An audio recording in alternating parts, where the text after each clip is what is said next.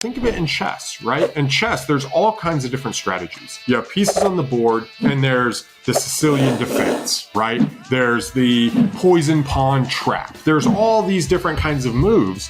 But if you focus on getting into a specific maneuver, you might actually lose the game because your goal is something other than capturing the king. Being good at acquisitions is more than a great sales process. It's more than just walking through step by step by step. This is exactly what you say to a seller at this point, and then this will happen and here. It's not a system. It's not a building block by building block, do exactly this, say exactly this script, and everything will turn rosy. You see, when you're talking to motivated sellers in the real estate industry, or you're talking to someone who's working with a seller, or you're trying to buy a house of some kind, it's actually a series of interactions. It's a series of either people turning away and leaning towards no, or it's a series of leaning towards yes. And in those directions, there's a series of micro commitments or slashes against you that cause you not to do. I think it was Jordan Belfort who said, sales, when you lose a sales call or you lose a deal, it's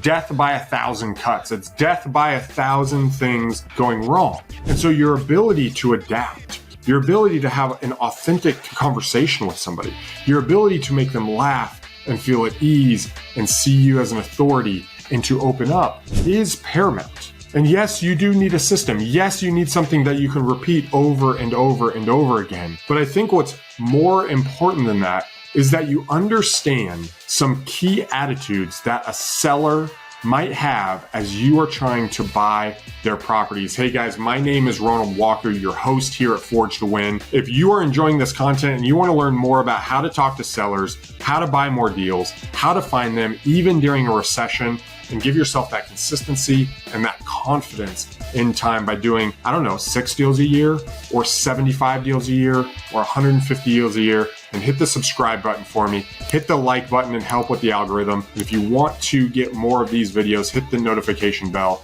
and it'll notify you when things come out. So I was asked, what is the most important thing in the sales process? And the most important thing in the sales process is you getting the goal that you have. Think of it in chess, right? In chess, there's all kinds of different strategies. You have pieces on the board, and there's the Sicilian defense, right? There's the poison pawn trap. There's all these different kinds of moves. But if you focus on getting into a specific maneuver, you might actually lose the game because your goal is something other than capturing the king, okay?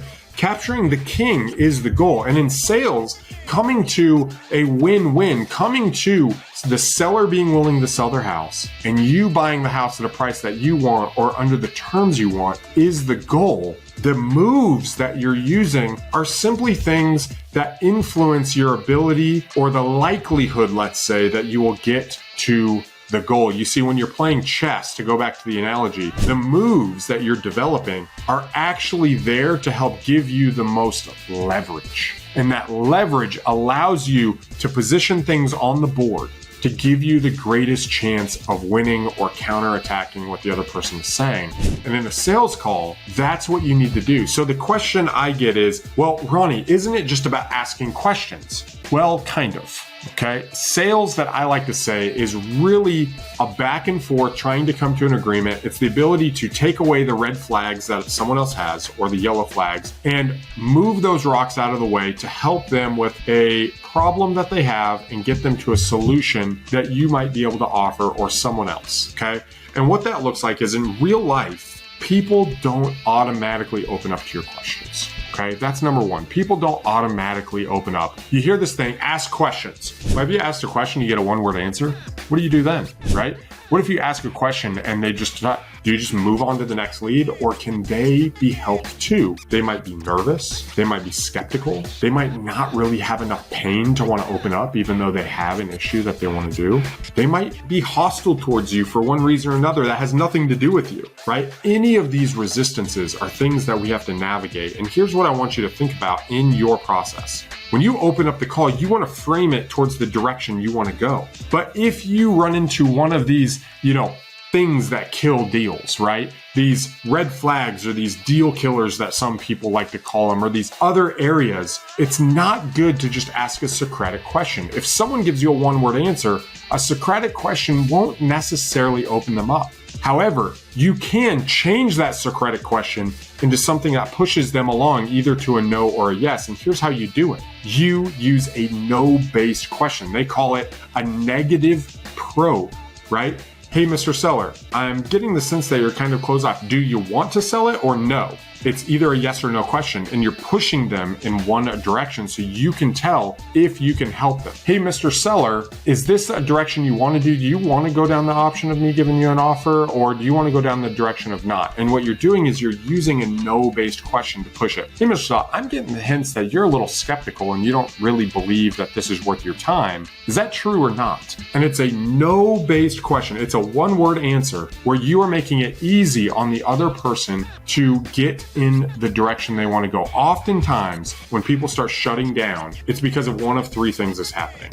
Just like I said, they're either hostile to you and they don't believe you. They're skeptical of you and they're seeing if you're real. Or they're just completely indifferent. Oh, I would sell if it makes sense. And you need to kind of open up. But when they put on the brakes, sometimes it's not the open-ended Socratic questions you need to focus on. Sometimes it's the closed-ended probes to see if this person is real or if they're not. But back to the question, and I want to get to one of the number one things I do to close deals here at the end. But before I do, remember that closing a deal, being a baller closer, has more to do with the conversation that you have with the seller, the ability to uncover a need and support the fact that they need your solution and guide them along a direction that might be to you and to their benefit. Or if a need pops up, that's not something you can solve, that's not part of your repertoire, that you send them on their way to that direction. But it's simply the idea of uncovering a need, supporting it with a benefit or a solution that you have, and then you're challenging them, you're educating them, you're walking them down this process so you can get a potential property and so they can sell it and get a burden off of them. So how do you do that? How do you walk them through this? The general framework that you're looking at is, number one, you want to establish interest by setting the frame of what you're going to talk about. You want to establish that our interaction is for the benefit of you selling your property and me buying it.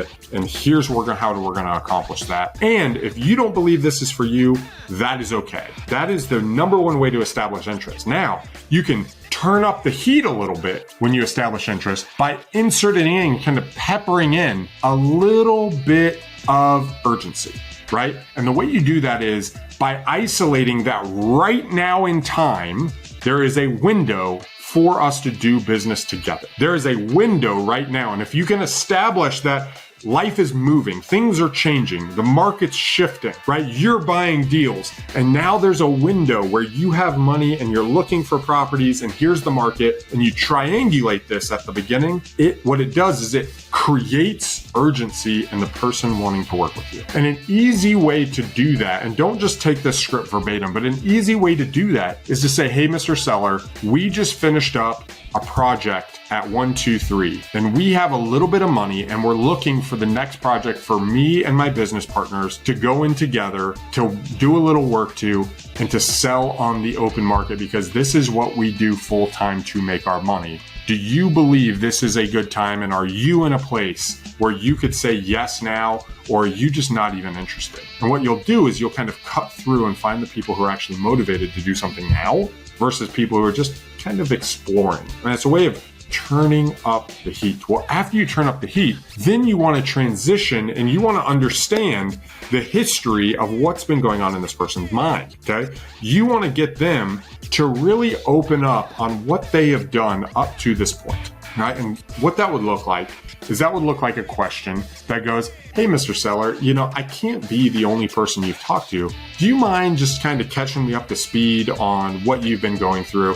Hey, Mr. Seller, do you mind just kind of summarizing what it is you're trying to accomplish and what you've done in order to get to this point to see if it's even worth selling? And then they ideally will hope open up and start talking to you. Or they might get skeptical and be like, I've talked to so many people just like you, just give me an offer. Well, then you're running into one of those 3 killers, the 3 things that cause people to give resistance, either indifference, hostility, or skepticism. And you have to solve those. You have to solve those with proof. You have to solve those with testimonials. You have to solve those with third-party stories on how you helped people. And you have to understand what that is about, because people have experiences, and those experiences interact with how they're going to interact with you, right? They inform how they're going to interact with you, rather. And people talk about sales being old techniques and new techniques. Here's the thing. As people are interacting with salespeople, as people are interacting with the marketplace, people are smart. They kind of smell fear. They can smell a tactic, right? They can smell that things go on. And one of the best things to do, one of the best hacks to be good at sales, is to have confidence in what you're doing, is to have massive conviction, because your intent to help them is more important than your technique that you deliver to them while you're talking to these sellers. And so if you have conviction, even if you don't know the exact technique to handle someone who's skeptical of you, your conviction will help you navigate through that. And it's a very, very clear hack. But once you get through the motivation and they start opening up, or you disqualify them, or you're able to push them with a closed probe to the fact that, yes, I really want to sell, then the next thing you want to do is, have you ever got to a time and you're like, hey, let's do this? And they're like, let me think about it, right? Or let me talk to that. Or they give some kind of stall, right? Usually it's because there is a concern.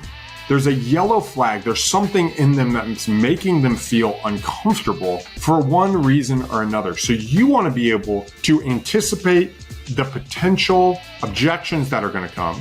Things like, I need to talk to my wife. Things like, I need to think about it. Things like, I don't know if I'm going to be comfortable with the attorney. Things like, are you a fraud? Things like, hey, I'm not the only decision maker. Things like, what about the money and the price, right? Things like, if there's anything else, or situational things that you have to address. And so what I like to do is I like to take a minute and I like to bring up some of these red flags and tell them my experience in working with others. I don't just ask them, hey, Mr. Seller, what will make you uncomfortable? Most of the time I've asked that question, it doesn't work, right? Like, it's a technique we all learn, like, hey, what would make you uncomfortable? And they're like, I don't know, I just want to sell this, right? But what you do is you paint a picture through a story. Hey, Mr. Seller, I've been doing this now for about 10 years, and I've found that there are a couple key areas that usually get in the way of us doing a transaction. See, if I give you a price and you want to sell your house and I want to buy it, that means nothing if we don't navigate through the logistics of you selling your house to me. And sometimes there's a number of things that happen. Do you mind if we talk about that for a minute? And they're gonna be like, oh yeah, that's a great idea. They're like, okay, cool. After that, I'm gonna go into the process and I'll be able to make you an offer. Or if you need to talk to your underwriter, you can say, or we'll kind of get a price, make sure we're on the same page, see if we're interested, and then move to being able to make an offer on your house as soon as possible. So, Mr. Seller, let me ask you about one of 4 things. Number 1 that you want to ask them about is you want to ask them about competition, okay? Now, historically, or in a lot of real estate courses, they talk about asking and separating yourself from a realtor, which is potentially a competitor to you, right? A realtor wants that house to list it if it's in their price range. Even listing it as is, they get a commission. But the actual most important competitor to talk about is other investors. And for a long time, I really struggled with this. I remember thinking, like, how do I deal with this? It's very, very simple. First off, you want to ask, hey, Mr. Seller, I can't be the only person you are speaking to. Like, why haven't you sold this yet? And that's a great way of bringing up competitors, whether a realtor or other investors, to hear what their experience is, especially if you're cold calling or texting. These sellers are getting hammered. So why is now the right time to sell with you versus yesterday when the other guy called? And what are they feeling? And it allows them to unpack. And as they begin to unpack, I love doing this. This is like the secret sauce that will cause you to win. And every time, and in just a minute, if you guys stay to the end, I'm going to talk about the number 1 way that you can close them and make a lowball offer without people hanging up on you or getting upset or angry. So we're going to get to that in a minute. But before I do, here's the secret sauce. You want to use relational capital to separate you in the marketplace. And the way you do that is not by trying to come up with, the $100 million offer that's going to make you more valuable than the next wholesaler or investor. That's not what you're doing. That's not the time right now. The time right now is simply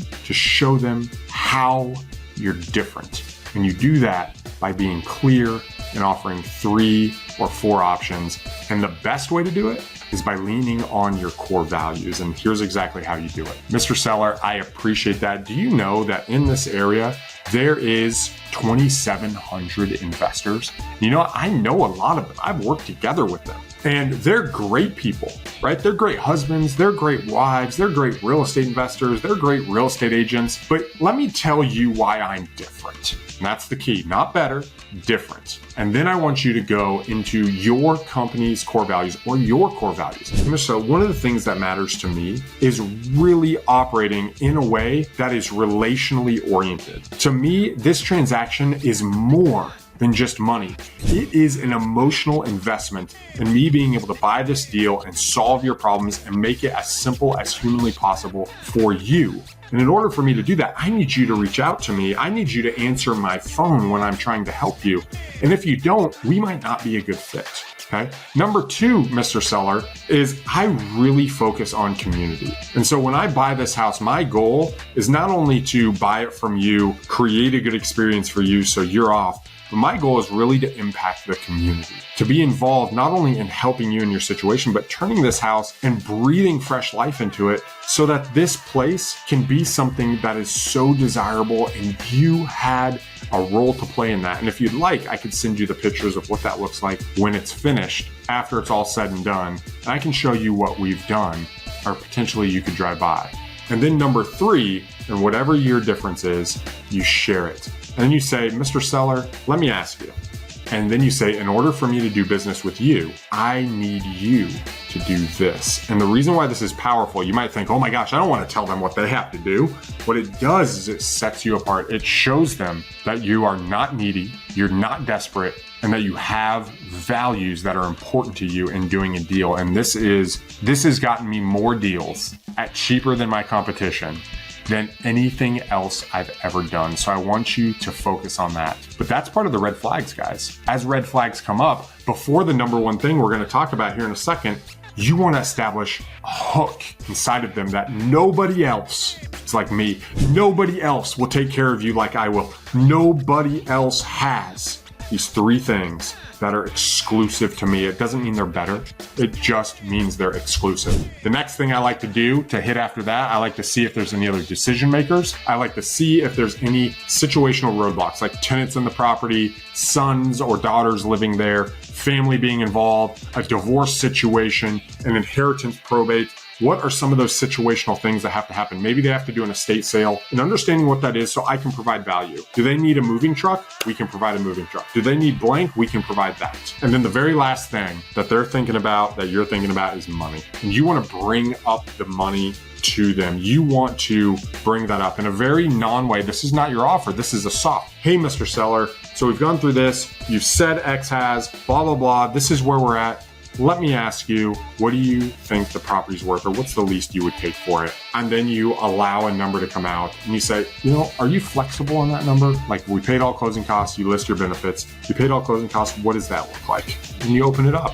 And then you transition either into your offer, or what I like to do, I like to break the phone call and call them back. And you actually talk to them. That is the core of the sales process. Now you might be asking, Ronnie, why didn't you talk about the rehab? Because the rehab is not the sales process. The rehab and the property that you're looking up is underwriting, and you use that at any point during the call. If at the very beginning they're like, what's your offer? You can say, hey, I don't know. Why should I work with you? I'm not sure yet, Mr. Seller, but let me ask you a couple questions about the property and see if it would be a good fit. I like to move through the sales process. And when there's some kind of resistance or something like that, or they say something like, well, should I do you, or what's your offer? Then I transition into gathering information about the property, because the sales process is related but divorced from the information gathering. You can buy a house without knowing anything about the property as a wholesaler by getting the cheapest price from the seller that they can get. And if it's cheap enough, you can buy anything. But I like to wait until there's some sort of resistance, or we've walked through all of those things, and then I'll say, no, before I get into my offer, do you mind telling me a little bit about the property and the condition? There's a couple things I want to ask questions about: the roof, the furnace, the basement, the structural issues, some key things that I care about. Can we dive into that? Paint me a picture. And then I just listen to what they have to say before I transition the offer. But I know you're waiting. What is the number one thing you can do to close? You see, closing is a series of micro commitments along the way. It's the result of a great conversation. So here is how you close a transaction. Before you make your offer, what you do is you say, hey, Mr. Seller, when we buy the property, here's what it looks like. And you walk them through the next steps. We're going to take the paperwork. I'm going to write it up. I'm going to send it to you. You're going to approve it. Once you approve it, I'm going to send it to a title company. Once it gets to the title company, they're going to open this up. We're going to get to the property and do pictures. And you walk them through the entire process. Then you say, all right, Mr. Seller, so a home run price for us would be X, but I don't think you're going to do that. Then you're quiet. And that's it. You're just quiet. And you wait for them. And they might say, no, it's not, or yes. And you're going to go through that. And that is how you close. You close by having a great conversation with the seller. You close by then asking them if they want to move forward with you at the right time and not the wrong time. And you spend a massive amount of time on understanding the potential objections that they have so you can solve their problem. And this is how you buy more deals from sellers. So you might be asking, Ronnie, what if I'm not buying from a seller? What if I'm doing it from real estate agents? Or what if I'm doing it from wholesalers? Or what if I'm doing it from that? Honestly, the answer is you still frame the call. You still understand the motivation and what's going on. You still understand if there's any roadblocks or things that you're going to do. And you still make an offer on the property. It might change slightly from that model, but the framing of the call, the way you're walking through it is very similar. It's relational. And always remember, a number, a price means nothing without how are we going to do this. Yes means no without how. That's what Chris Voss says in his book, Never Split the Difference. Yes means nothing without how. So always spend a ton of time on the how, and you guys will win and you will find more deals, and people will see you as more legit in the marketplace, which gives you confidence and consistency in finding your deals. Guys, if you want to be able to talk to sellers better, to kind of unpack some more of those nuances outside of that general process, go to acquisitionuniversity.com, click on the link below, and we're going to help you walk through what I like to call the 3x3 framework, from generating interest and framing the call all the way to the close, with techniques, roadblocks, language, that entire thing we go through in an Acquisition University in a multi-week curriculum with other really cool stuff. Q&As, live interaction. If you choose, we can do coaching together, and we can walk you through and do what I like to call the investor launch to get you to the deals that you want to do. If you're interested, go to acquisitionsuniversity.com. There's a link in the link below, and we will help you find the deals and close them more effectively. Until next time, guys, peace.